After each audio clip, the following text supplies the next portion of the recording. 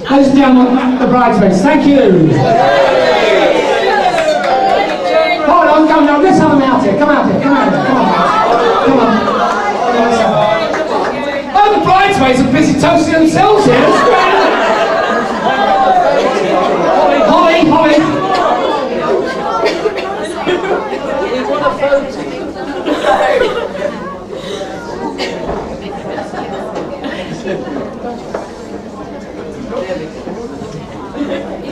There they are, ladies and gentlemen. Woo! The forum. Thanks very much.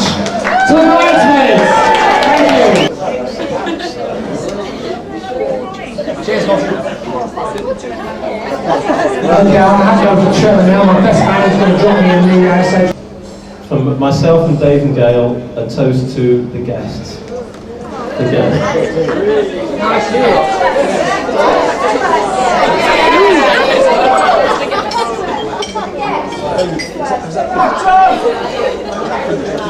Right. Dave, I'm delighted. In fact, Dave, I'm hugely honoured, even though I'm second choice, and this guy is a living legend. You'd agree, I think, that the title of living legend is not one to be taken lightly. And I'm sure that most of us would include as worthy holders of this auspicious, that's a difficult word to say. It's easy for you to say, this auspicious title, the likes of Elvis Presley. Oh, well, he's dead, but nobody picked up on that. So other living legends, Muhammad Ali, Nelson Mandela, Britney Spears, and last but certainly not least, Carl Murphy. A living legend indeed. And Carl, we're going to miss you this year, and a great reading this morning, and well done, excellent.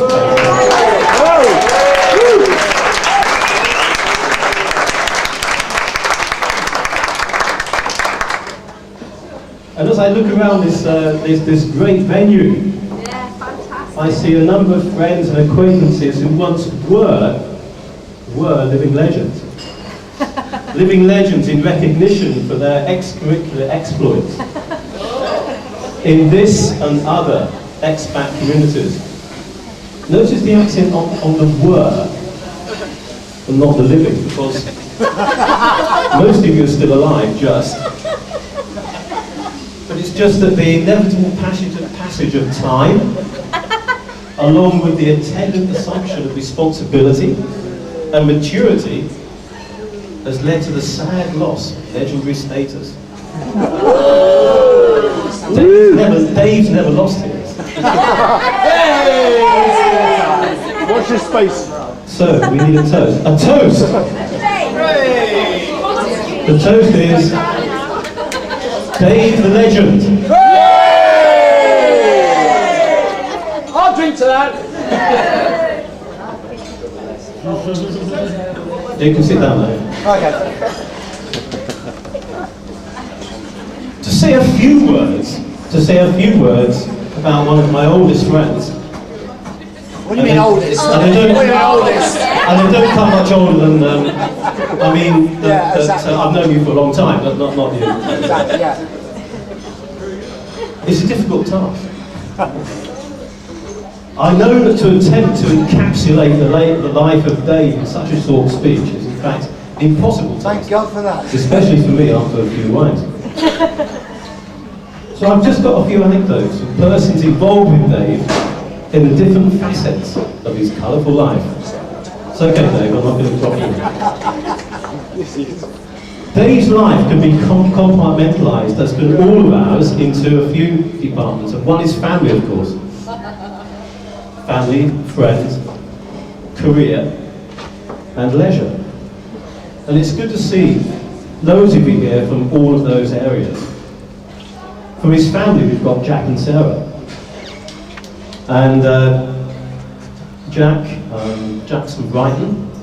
Jack, I've got, where is, oh, there you go. He's right there. I've got great memories of Brighton, Jack, and I was there once, and hopefully you're beginning to build those sorts of memories for yourself.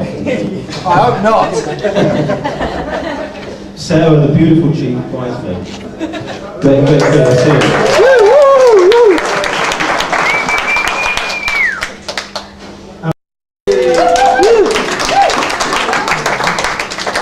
Jackie has been experiencing the life of Oman in full recently. She was out yesterday snorkeling. And snorkeling's great here. Lovely warm water and lots of fish and things.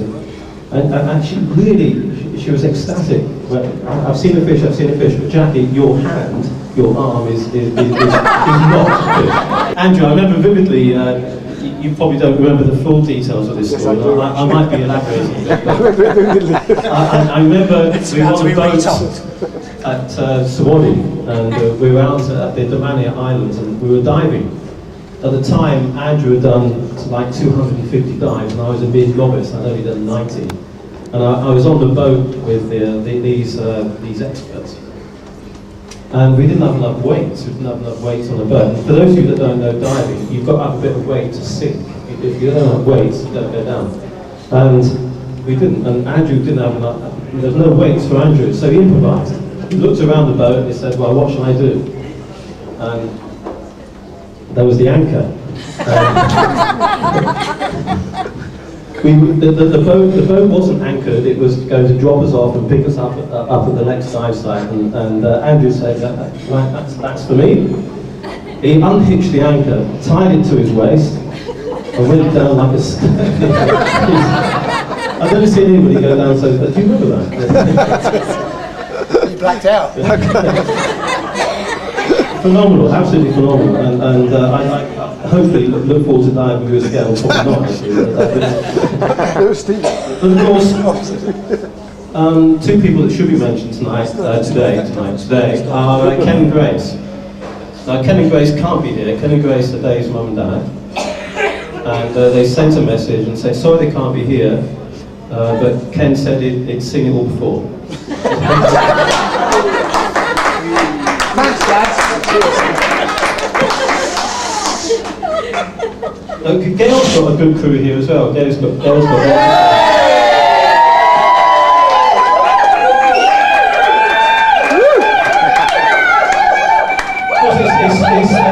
it's family first, and friends come later. You guys get a mention later. But I definitely haven't got all your names. You have to shout something. We've got Mum and Dad, Roy and Betty, of course, who we've mentioned before. Great.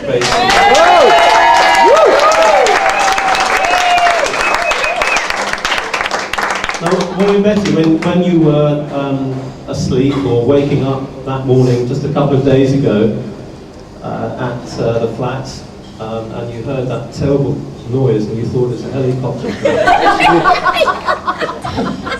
Seriously, but Betty, it wasn't. It was just, all it was the fog. It was the mosquito fog. So don't worry about it. We don't have that sort of thing. We don't have helicopters crashing here. Anyway, never mind. And we've got brothers Jeff, of course, with wife Jo, and daughter Holly, son Leo.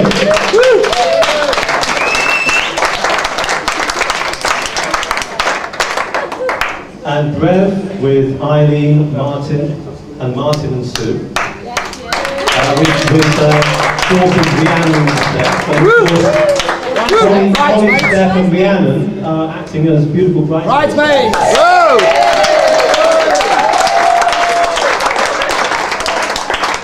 All from South Wales. Sorry about the word. Trev, and Holly. And Holly, of course, Holly, yes. Yeah, Holly here. And his daughter, Holly. Yeah, Holly, yes.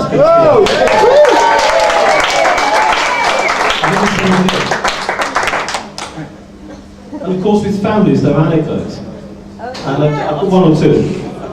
Not too incriminating. Dave, as you know, fancies himself as a bit of a speed merchant. What? He's a speed merchant. Especially since meeting Gail and her BMW Sport. You only watched me things like car. This is not about, this is not, only wanted you to feel calm. I wanted him to the flat. He wanted me to the car. Oh, it's a marriage made in heaven. Apparently, Gail, this is not a recent trait. David apparently has been a speed merchant all of his life. I can't believe it. As Jackie told me the other night. Sorry, Jackie. And yes, Dave, the venerable constabulary of Sheen are still looking for that boy racer who just recently passed his test. He must have been 17 or 18. Who successfully outran them around the back streets of Sheen after being clocked at 100 miles an hour. When the Morris Oxford? In a 30-mile limit. And Jackie was 12 years old at the time and was your passenger. Yes. Yes, so was I. And Dave, I've got here 2 invoices from people that have finally caught up with you. They knew you were getting married today. The ex-wife. And the invoices are here. No, it's not the ex-wife, Dave. No. The first is from a shoe shop repairer. Yes! Yes! Yes, I was there! Yes! Andrew, correct me if I'm wrong. No, you're not wrong. I've got it here, and it says, for materials and labour, for the replacement of a brick wall, Yes! Correct! Yes! which apparently came a poor second in a tussle with your Morris Oxford. Correct! Yes! Yes! Yes! Is that true? Yes, it's true! Every word is true. You owe them. Yes. He's still alive, mate. And, He's still looking for me. he's still looking for me. He's still wearing the shoes. He's lucky to be alive. I took his house out. But you didn't take him out. He's here tonight, David. He's here tonight. Oh, here he is. David Andrews! This is your life. The second invoice I've got here, Dave, is from the Royal Brunei Police. The Royal Brunei Police. Salvage is good. No, this is. I've got it on good authority that your sense of direction on the jungle hash was at times less than perfect. In fact, it would seem on 7 occasions their resources were stretched to the limit, looking for the lonely long-distance runner whose interpretation of the hash trail seemed to differ from all the other runners. Sounds about right. That's consistent though, because Dave's interpretation of the music in the band differs from that from the rest of the band. Oh, nice one! So that was a few families' anecdotes. So there are a few more as well, but time for a toast! Toast! To Dave and Gail's families. Go!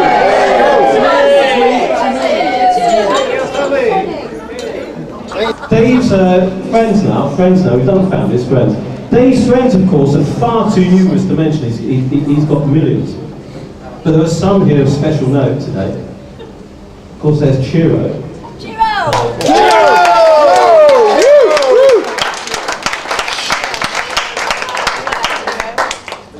Now, I know this, but apart from being, in my view, one of the best lead guitarists on this. Hey! Yes! And I'm sure he's going to prove it. I taught him everything he tonight. knows. Thank you, Dave. He was, of course, Dave's flatmate. He was Dave's flatmate for some time. And being a couple of lads together, theirs was the life of the bachelor's gay. Gay? No, Dave, that's gay in the happy sense. Unless you can tell me anything different. No. And of course, there's Dave and Linda and Peter. Chat with them today. No, Linda and Dave and Peter. Dave and Linda and Peter from Dubai. And Keith and Tony and Susie from Kerala. Great to see you. And Gail's friends, of course, we've got Jan and Angie all the way from Australia.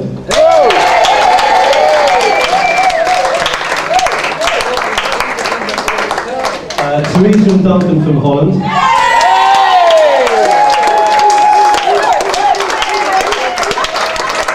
And Sandra with daughter Vanessa. Where are you? Sandra's in the toilet. Speak up, Trev. Here for this next bit. We'll wait for someone. Did you go to Paris as well? No, thank You didn't? I didn't. Okay. 2 minutes. You wouldn't want to be in Paris at the same time. It sounded great to me. It sounded fantastic. Oh, right, okay. So Sandra's in the toilet, so in this case, I'll go back to that. Remind me that I have to go back to that. Yes, we will. We We're will. all thinking for it. Go back to it, Trev. Now, Dave, leisure. Now, leisure is another part. Now, that's a big part of Dave's life. And of course, Dave's an accomplished sailor. No, he's a sailor. And it was Dave, apparently, I heard about this, and lots of people told me about it, and apparently it's true. It was Dave who apparently regularly negotiated the treacherous waters between the very dry Sultanate of Brunei and the Malaysian island of Labuan. And what he did was not only he was trying to get booze, he was effecting the purchase of essential supplies, not only for himself, but for the majority of the expat community of the Sultanate of Brunei. Good story. And I'll tell you what, this has been embellished over the years. It certainly has. I'm definitely going to embellish it now. And it's a measure of the selflessness of this legend, this living legend sitting here, that should the same situation occur here, he's already volunteered himself and his trusty laser for the perilous monthly round trip.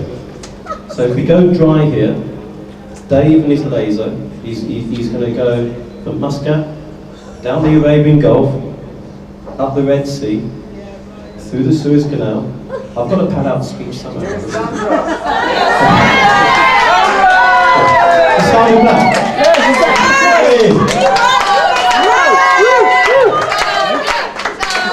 I'll finish this bit and I'll go back to Sandra. Is this page here? Right. So, where were we? Red Sea. Red Sea, through the Suez Canal, east-west across the Med, through the Strait of Gibraltar, up the Atlantic, Bay of Biscay, short hop across the Channel, mooring outside the Standard Inn in Rye. Yes. When he's there, And it only took 5 hours. couple of hours, just in time for a pint before returning with your booty of whiskey and beer for all of your mates back in Oman. What a guy. He's a pleased to do that. And toast. Toast. Dave the Sailor. Yes, absolutely. Dave the Seaman. Thank you, Roger the cabin boy. Sandra's back. Roger the cabin boy. Master Bates. Seaman Staines. Sandra, you brought all sorts of pasta, I couldn't find it there. You should be. Sandra, where are you? Hey. Give us a story. What the hell's going on? Sandra,